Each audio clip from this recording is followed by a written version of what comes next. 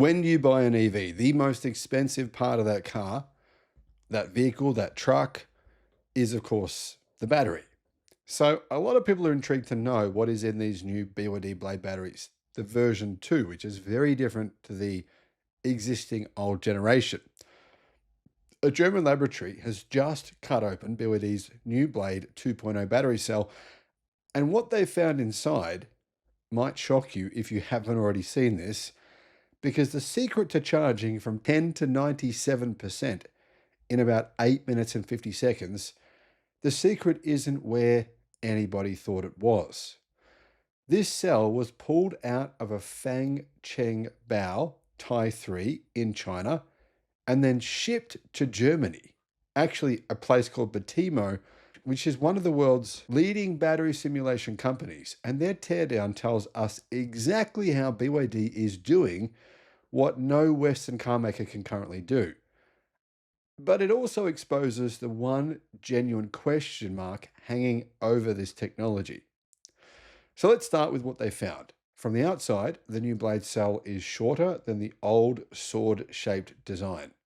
That matters because a very long cell behaves differently in the middle than at the edges under heavy load, and shortening it dramatically improves its ability to charge quickly. Now, guys, I've said for a while now, even though BYD didn't confirm it, that the new fast charging battery from BYD was the short blade battery. So BYD actually have two different versions of their Generation 2 battery. One of them is the long blade. The long blade has higher energy density, and the short blade, which has slightly lower energy density, but can charge much faster. So two different BYD Blade battery version 2s. So it's going to cause a lot of confusion, I think, because BYD doesn't actually tell you what's in your car, but that's what's happening. On the Electric Viking website, I'll put a link in the description below. We have more articles about electric cars and battery technology than any other website that I'm aware of in the world. So check that out. Link is in the description. And there you'll find our videos and analysis and articles about everything going on in the EV world. The terminals in the battery sit on the sides rather than the top, and this spreads heat far more evenly across the cell instead of concentrating it at one end. And the current collectors, which are the little aluminium and copper tabs, they're now angled rather than straight. This reduces resistance at the corners where current actually piles up. They're small details, but these small details do add up. But here's the plot twist. Inside, it's boring. It's still lithium iron phosphate on the cathode, still graphite on the anode, stacked in around 60 layers instead of 40. There's no exotic chemistry, so there's actually no manganese. We thought there was, but there isn't. There's no silicon, nothing really all that amazing. The revolution isn't in the materials, it's in the geometry. And Batimo suspects an electrolyte with significantly higher ionic conductivity, which BYD has essentially confirmed. So it's a new electrolyte. Shorter current paths plus better electrolyte means lower internal resistance, less heat. And that's the entire game for fast charging. However, if you want to know about the heat, I'll be doing a different video on that issue. The numbers on the test bench are, well, they're ridiculous. Power density has nearly doubled from 0.6 to 1.18 kilowatts per kilogram, and from 1.29 to 2.71 watts per liter. The old Blade couldn't even survive a full 4C discharge. It overheated at about 30%. The new one does the entire discharge without breaking any sweat at all. And that's what enables BYD's 1,500 kilowatt flash chargers, while Germany's best public chargers obviously top out at about 400 kilowatts because they're just not made for this kind of charging speed. Now, here's the trade-off. Energy density barely moved. 182 watt hours per kilogram.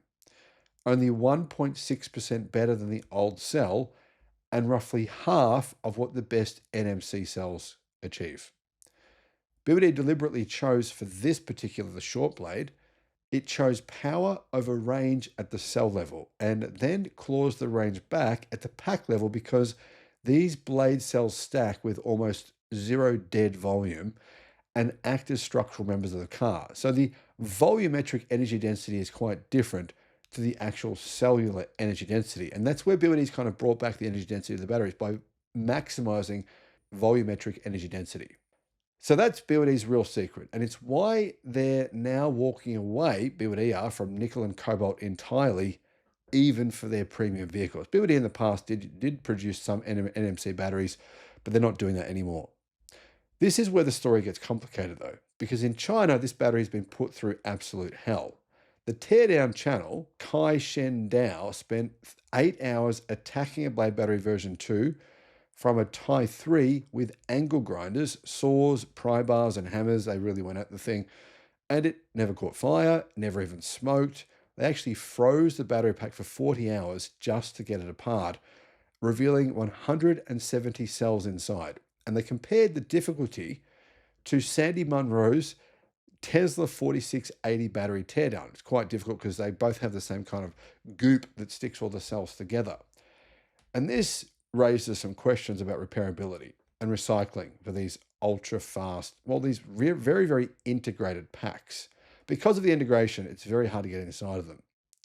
It's actually probably even harder to get inside of the Blade battery version 2 than what it is to get into a Tesla 4680 pack, which has surprised a lot of people.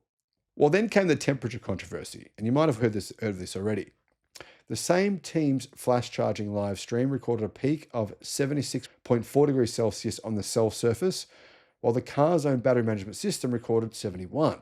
Subsequently, other tests, one done in a laboratory by a banned blogger, banned by BYD, I believe, recorded a temperature at the cell level of 78 degrees.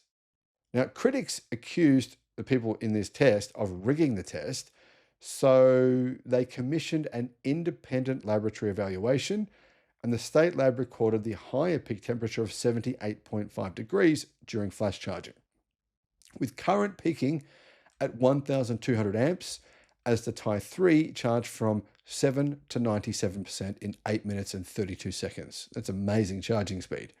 But with that, you're getting a lot of heat. For context, industry commentary in China suggests charging temperatures are generally 60 degrees, peak temperatures, and exceeding 70 will raise risks of electrolyte gassing and SEI film decomposition, which is the protective layer whose breakdown accelerates battery wear. So the video from Germany and the guy who did this teardown is questioning how long the batteries will last for when they're charging at these speeds. Geely publicly went after BYD over this, claiming their own golden brick battery packs, they peak at 64 degrees under the same charging speeds. The same charging speeds, they peak at 64, whereas BYD is peaking at 78, and that's a big difference.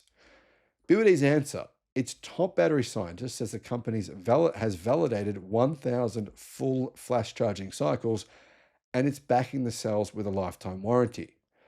1,000 full flash charging cycles, that's quite a lot, but to be honest, some people will do that in probably 4 or 5 years, particularly people like Uber drivers. So the question will be, how long will they last after that 1,000? No one really knows, I don't think. So the engineering here, though, is real, and it is very impressive.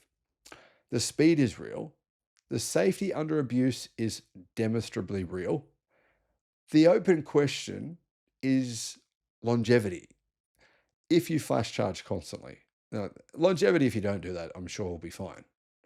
Either way, though, while German automakers are debating cell chemistry, BYD has redefined the entire system. Because if you look at BYD's new batteries, they haven't just brought out new batteries, they've brought out new motors, they've brought out an entirely new, more efficient architecture. They're using gigacasting. They're trying to call it something else, which is ridiculous. They should just say what they're doing, but they're using gigacasting, and that is massively reducing the weight of their cars. So BYD's gone from being some of the least efficient cars on the market. If you look at the same car from another brand that's the same size, BYD's current generation models that, for example, are being sold in Australia are in probably the worst 20% in terms of efficiency. But all these new models are completely different. They're up there in the best 5% when it comes to efficiency. So the integration is actually really impressive. That's the gap here that others will have to follow. And let me know, guys, what you think about this in the comments. Is 9-minute charging, does that matter to you? Or would you prefer maximum range? Personally, for me, I think both are awesome. But if I had to pick, more range, say 20% more range, or super fast charging, I'd go with the more range personally, but everyone's different. Let me know what your thoughts are. Bye-bye. Thinking about getting solar, a home battery, or an EV charger? Check out Australia's best free comparison tool, because it could save you a lot of money. Guys, click on the link below in the description and you can see how much you can save. Alternatively, give Resync a call. They are the guys who installed my battery and my home solar. I'll put a link to them as well in the description. Need expert advice on what car to buy, what solar system to get, what home battery to get, or potentially for your business? You can get, guys, a one-on-one consultation directly with me, 60 minutes of tailored guidance. This might help you avoid making a huge mistake spending money when you shouldn't, or potentially save you a massive amount of money. Click the link in the description below because I can assist you, and why not? The link is in the description.